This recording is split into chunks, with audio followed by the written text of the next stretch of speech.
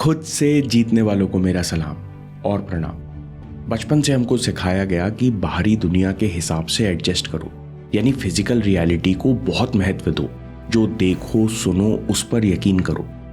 अगर कभी हमने कुछ मांगा तो हमसे पूछा गया, कभी सोचा है कैसे मिलेगा, कभी सोचा है तुम कैसे करोगे। और इस सवाल के कारण दो चीजें हुई। हमारी सोच कैसे पर अटक गई। हमें कैसे पता नहीं था, तो इसकी जगह हमने कंफ्यूजन को पकड़ना सीख लिया।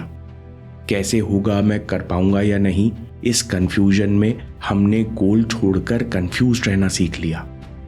कभी इमेजिनेशन और इंटेलेक्ट यानी कल्पना शक्ति और बुद्धि यानी प्रॉब्लम सॉल्विंग का प्रयोग ही नहीं किया, और आज भी हम यही कर रहे हैं। ऐसा नहीं है कि हम गोल्स नहीं बनाते और कोशिश नहीं करते, पर जब भी हम अपने करियर और भविष्य के बारे में सोचते हैं तो पहले हम फिजिकल रियलिटी पर फोकस करते हैं, यानी अभी हम अपनी कमी और पास्ट फेलियर्स पर फोकस करते हैं। कमी पर ध्यान देना रिजल्ट्स को छोटा बना देता है, क्योंकि हम कमी की फीलिंग दोबारा महसूस करते हैं, दोबारा कंफ्यूज होते हैं, फिर वैसे ही एक्शन लेते हैं और वैसे ही रिजल्ट दोबारा पैदा करते हैं। इस साइकिल में सोच ही नहीं पाते कि हम अभी से नया भविष्य, नई सफलता जीना शुरू कर सकते हैं। सक्सेस को अभी से जीना कैसे शुरू कर सकते हैं। सफलता एक डायरेक्शन है, एक मेंटल स्टेट है जो इस समय आपकी फिजिकल रियलिटी पर निर्भर नहीं करता। दूसरी चीज है डिसीजन, क्योंकि इस सफलता की शुरुआत होती है पास्ट को छोड़ने के अडिग डिसीजन से। जब 65 साल की उम्र में वो रिटायर हुए तो वो एक बड़ा केस हार चुके थे। उनके पास बदनामी और खाली बैंक अकाउंट के अलावा कुछ नहीं था। इस अंधकार में कर्नल सैंडर्स ने निश्चय किया कि हार के साथ मेरा ये आखिरी बार है। मुझे एक रेसिपी आती है और मेरा एक विजन है कि मैं हजारों होटल्स को वो रेसिपी बेचूंगा।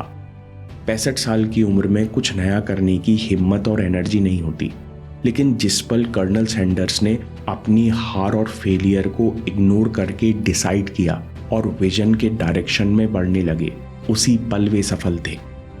यदि आपको पता है आप क्या पाना चाहते हो और आपने पास्ट फेलियर को छोड़ने का दृढ़ निश्चय कर लिया है, तो आप अभी सफलता को जी सकते हो। यहां से लॉ ऑफ अट्रैक्शन जानने की शुरुआत होती है। लॉ ऑफ अट्रैक्शन क्या है? लोग सोचते हैं कि लॉ ऑफ अट्रैक्शन मतलब अच्छा अच्छा सोचना। नहीं जनाब, गहराई से समझो। लॉ ऑफ अट्रैक्शन का मतलब है अपनी आंतरिक दुनिया की और रिजल्ट्स की पूरी पूरी जिम्मेदारी लेना। ये बहुत गहराई से समझना कि मेरी प्रोग्रामिंग ही मेरे चारों तरफ प्रकट हो रही है। मन के विचार, शरीर, रिलेशंस और रिजल्ट्स के रूप में प्रकट हो रही है। कैसे? सब कुछ वाइब्रेशन है। आइंस्टाइन कहते हैं जिसने भी केमिस्ट्री पढ़ी है वो जानता है कि सब कुछ एटम्स का बना है। हर एटम वाइब्रेट हो रहा है, यानी सब कुछ वाइब्रेट हो रहा है, और वाइब्रेशन बदलने से फिजिकल रियलिटी बदल जाती है। कैसे? बर्फ में पानी के मॉलिक्यूल आपस में बंधे हुए हैं। इनकी एनर्जी बढ़ा दो, यानी इनके वाइब्रेशन की फ्रीक्वेंसी बढ़ा दो, तो बर्फ पानी बन जाएगा। पानी को और एनर्जी दो, यानी मॉलिक्यूल्स के वाइब्रेशन की फ्रीक्वेंसी और बढ़ा दो, तो पानी भाप में बदल जाएगा। एक ही पानी है, पर एटम्स की अलग अलग फ्रीक्वेंसी की वजह से पानी अलग अलग रूपों में प्रकट हो रहा है। एल्बर्ट आइंस्टाइन कहते हैं everything in life is vibration. Bob Procter कहते हैं कि अगर हम गोल की पिक्चर देख लें और गोल के पूरा होने पर जो अच्छा और शुभ होगा उस एनर्जी से अभी जुड़ जाए, यानी उस भावना को अभी महसूस करने लगे, अभी में जीने लगे, तो उस पिक्चर को कुछ भी करके प्रकट होना पड़ेगा। You can't help but have it manifest। लेकिन ये इतना सिंपल नहीं है। हम अपनी फ्रीक्वेंसी कंट्रोल नहीं कर पा रहे, इसलिए हम सब अपने रिजल्ट से अलग हैं। इसलिए हमें सफलता अनिश्चित लगती है। हम सफलता को यानी जीवन को पूरी इंटेंसिटी से जीने लगे। इसके लिए हमें मन और विचारों के नियमों को समझना होगा। हम शुरू करते हैं सबकॉन्शियस माइंड से। आपका सबसे प्रभावशाली हिस्सा, जिसे आपने कभी देखा नहीं, जिससे आप कभी मिले नहीं, जो मन और शरीर को पूरी तरह प्रभावित करता है, वो है आपका सबकॉन्शियस माइंड। सबकॉन्शियस माइंड में 4 क्वालिटीज हैं जो इसे खास बनाती हैं। पहला, ये इमोशनल माइंड है। ये इमोशंस के जरिए आपकी फ्रीक्वेंसी बदलता है, मन और शरीर को प्रभावित करता है और साथ में फ्रीक्वेंसी के जरिए ही ये ब्रह्मांड से बात करता है। इसलिए इसके पास दूसरी खूबी है कि ये यूनिवर्सल माइंड है, यानी ये असीमित है। जिस स्तर पर आपके वाइब्रेशन होंगे उस स्तर पर ये ब्रह्मांड की असीमित बुद्धि और शक्ति का कुछ हिस्सा प्रत्यक्ष करेगा। सबकॉन्शियस माइंड की अगली क्वालिटी है पैराडाइम। दोस्तों, इसे समझने के लिए एक शब्द समझ लो, एक्सक्लूसिव कंट्रोल।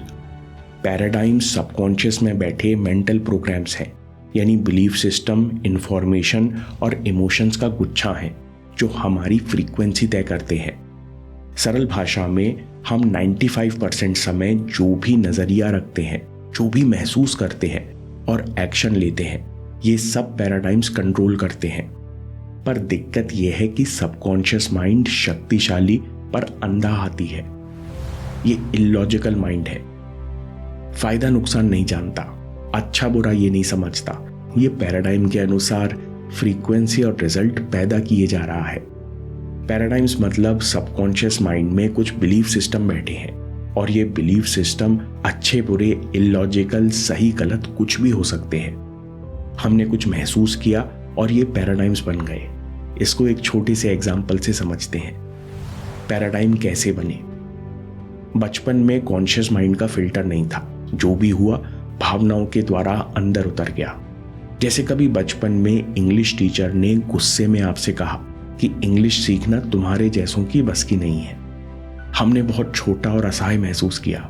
उसी पल इंग्लिश और असहायता का एक बिलीफ बनकर हमारे सबकॉन्शियस में बैठ गए। अब जब भी इंग्लिश सामने आती है तो वही छोटापन और कमजोरी अंदर से महसूस होती है और हम किताब बंद कर देते हैं। फिर यही असहायता की भावना कुछ नया करने के लिए भी होने लगी। फिर समय के साथ कुछ भी नया सीखने में यही रुकावट प्रकट होने लगी। जब आप बदलना चाहते हैं और नहीं कर पाते तो उसके पीछे पैराडाइम का कॉम्प्लेक्स नेटवर्क है। कई सारे नेगेटिव बिलीफ सिस्टम्स के मेल जोल का नतीजा है। अगर इन पैराडाइम्स के बारे में सोचें तो नेगेटिव इमोशंस बहुत हावी हो जाते हैं और हमको लगता है कि हम कुछ नहीं कर सकते। दोस्तों, ये समझना बहुत इंपॉर्टेंट बात है कि सबकॉन्शियस की नेगेटिव प्रोग्रामिंग से हम सीधे नहीं उलझ सकते, लेकिन एक रास्ता है जो पैराडाइम बदलने की यात्रा को एडवेंचर बना देता है। इस यात्रा की शुरुआत होती है कॉन्शियस माइंड को समझने से। कॉन्शियस माइंड के पास विचारों और इंफॉर्मेशन को स्वीकारने और अस्वीकारने की शक्ति होती है। इसके पास वो शक्ति है जो सबकॉन्शियस के पास नहीं है। असल में कॉन्शियस माइंड के पास 5 शक्तियां हैं: imagination, will, intuition, memory, logic, perception. इनकी मदद से कॉन्शियस माइंड ये 3 काम कर सकता है। लॉ ऑफ पोलैरिटी का उपयोग कर सकता है, यानी हर चीज का अच्छा पहलू देख सकता है, रुकावट में रास्ता देख सकता है, मेहनत में मजा देख सकता है। दूसरी बात, कॉन्शियस माइंड पास्ट से आजाद होकर नया विजन पैदा कर सकता है। सबकॉन्शियस माइंड को बार बार जीत की, पूर्णता की भावनाएं महसूस करने के लिए इंस्पायर कर सकता है।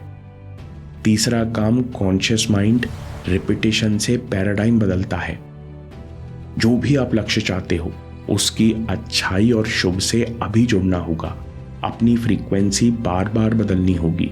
ऐसा करने से सबकॉन्शियस में बैठे नेगेटिव पैराडाइम्स अपने आप मिट जाते हैं।